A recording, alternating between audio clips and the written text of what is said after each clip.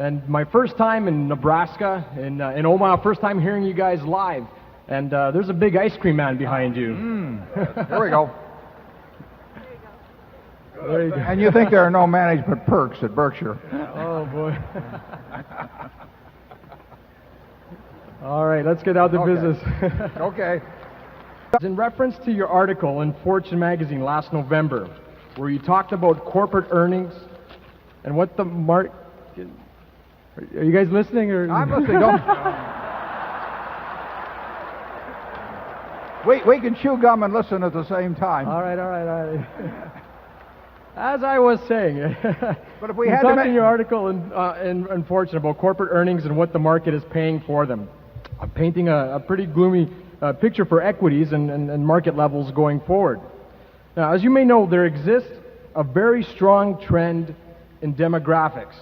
We see in Canada and the United States the aging of the population, and more importantly, the bulk of this population reaching their peak savings years all at the same time. You're getting a little rude, but go ahead. I can't believe this. Warren actually called me rude. I wanted to prove to you I was listening. Go ahead. Anyways, okay. So anyways, there's a major, retirement crisis. There's a majority of Canadians and Americans between the ages of, especially between 22 and 55, are worried that they won't have enough money to fund their retirement or let alone last. So for this reason, this population is expected to invest in equities as opposed to fixed income instruments to get the necessary long-term rates of return to fund their nest egg for retirement. And therefore, many are calling for massive amounts of money to flow into the markets over the next 5, 10, 15 years through stocks and mutual funds, and consequently fueling market prices and market levels, many predicting the biggest growth ever in the stock markets. So what is your opinion on this potential trend, separately or in conjunction with what you said in that article in Fortune? Thanks very much. Good. And I'm not being rude here, but we don't think it means a thing, frankly. The savings rate, the private savings rate, is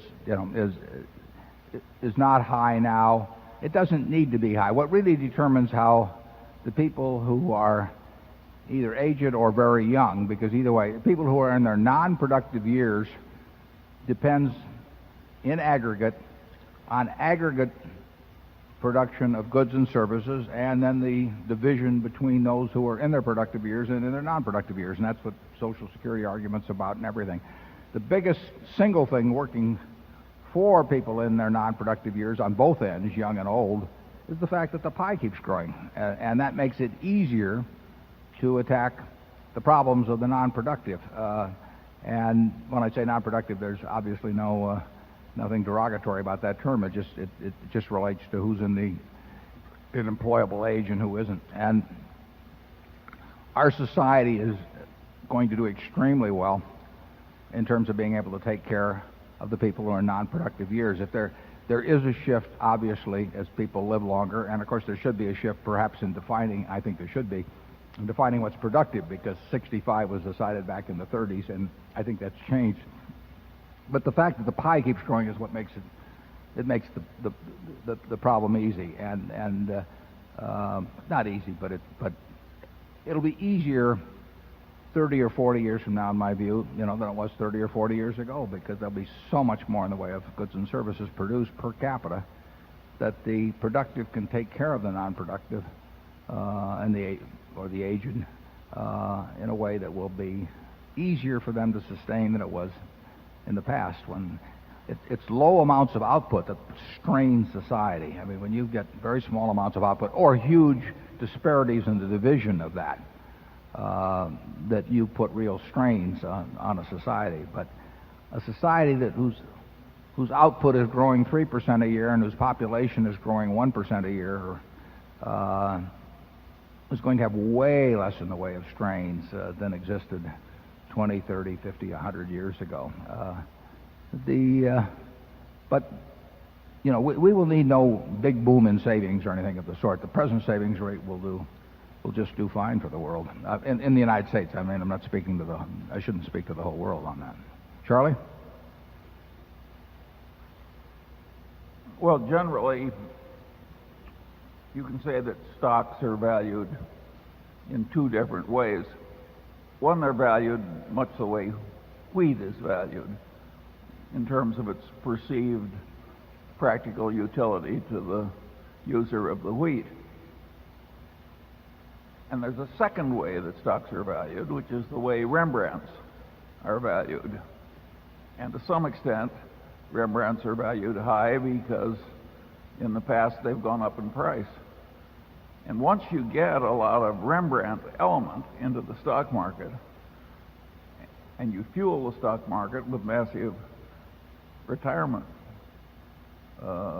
system purchases, you can get stocks selling at very high prices by past historical standards, and that can go on for a long, long time. That's what makes life so interesting. It isn't at all clear how it's going to work out. It isn't even clear what the level of interest rates is going to be. And nobody in this room ever expects to see 3% interest rates continue for a long time again, but that could happen. That would have an enormous effect on the price of equities. You live in a world where you can't really predict these macroeconomic changes.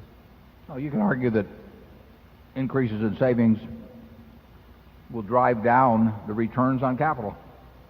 The more capital is around, that the lower the returns will be on capital. But I don't think it will help you make any decisions about businesses, over your lifetime by thinking about matters like that.